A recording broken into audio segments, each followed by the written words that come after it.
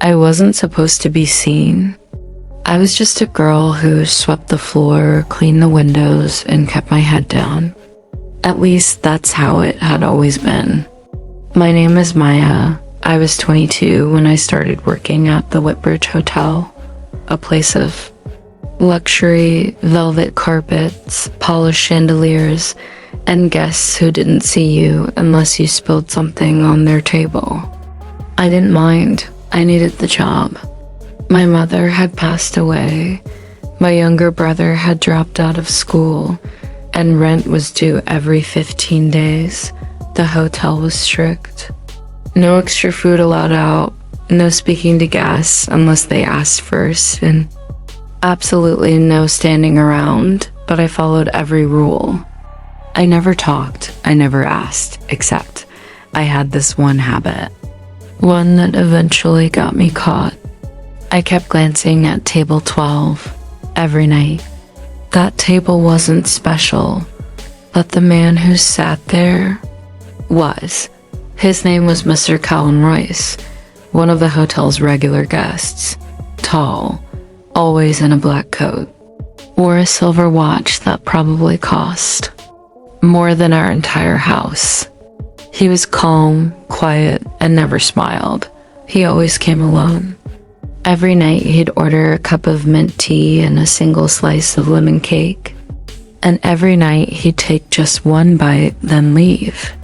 He never finished the cake, not once. He'd pay, leave a large tip, and walk out.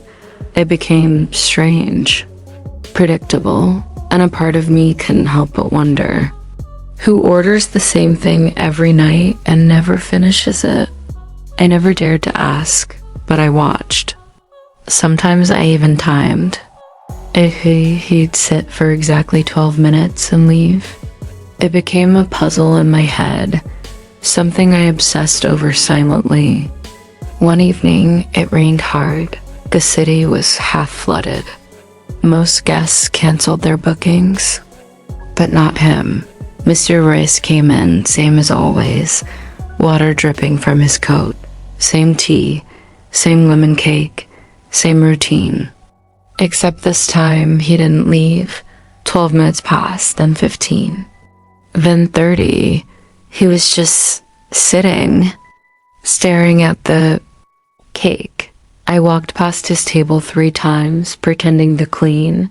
He didn't move, and then suddenly he looked up right at me.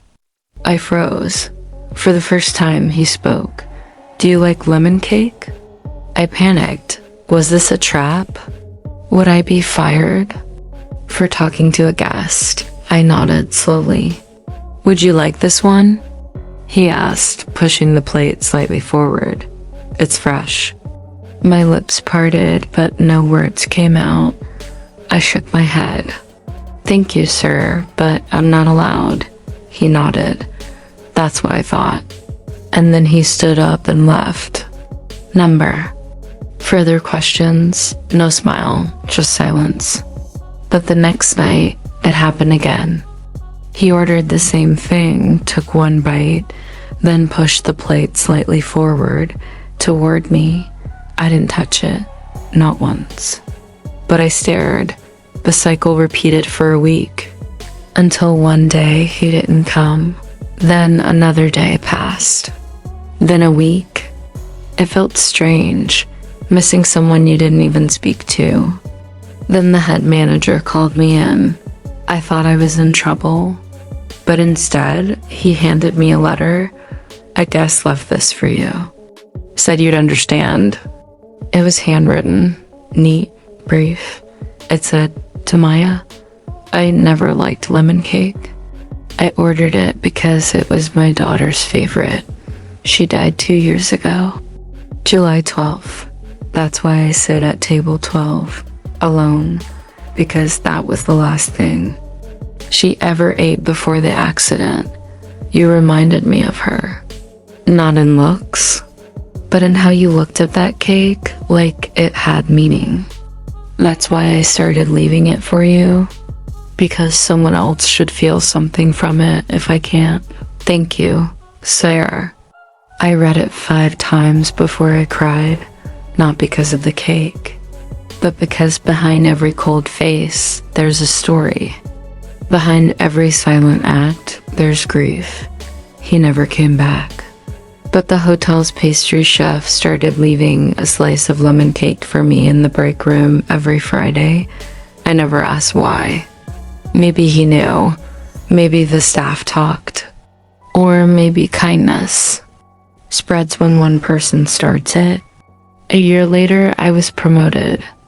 Not because of my work, but because of a letter Mr. Royce had written to the hotel's board, recommending me for the staff scholarship.